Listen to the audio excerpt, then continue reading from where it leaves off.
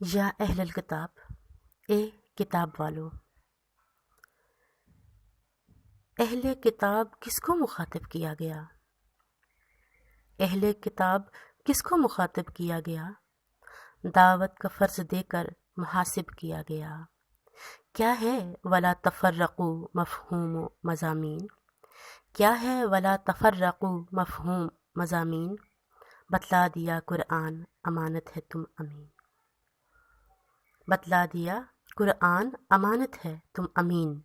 اہل کتاب تم بھی ہو اے امت مسلم، تفسیر اور مفہوم نہ بدلو ہے یہ ستم۔ قرآن کے احکام کی حکمت سے منحرف، قرآن کے احکام کی حکمت سے منحرف، حالات و واقعات خیانت کے معترف۔ تم ظلم و جہالت کی پرورش کے مرتکب، رب نے کیا تھا داعی اللہ منتخب۔ دنیا پرست ہو گئے پچھلوں سے بڑھ کے تم، دنیا پرست ہو گئے پچھلوں سے بڑھ کے تم۔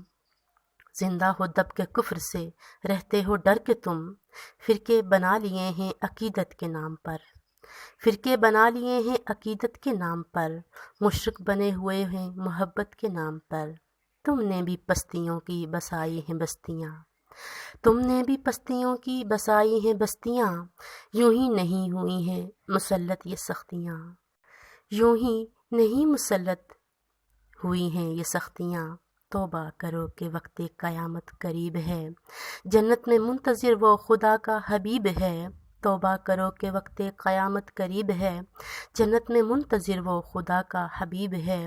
قرآن میں موجود جو وہ حتمی بات ہے، سیرت کی پیروی میں تمہاری نجات ہے۔ خود ساختہ بتوں کو عقائد کو چھوڑ دو، شیطانی ایجنڈوں کی عمارت کو توڑ دو۔ اہل کتاب کس کو مخاطب کیا گیا؟ دعوت کا فرض۔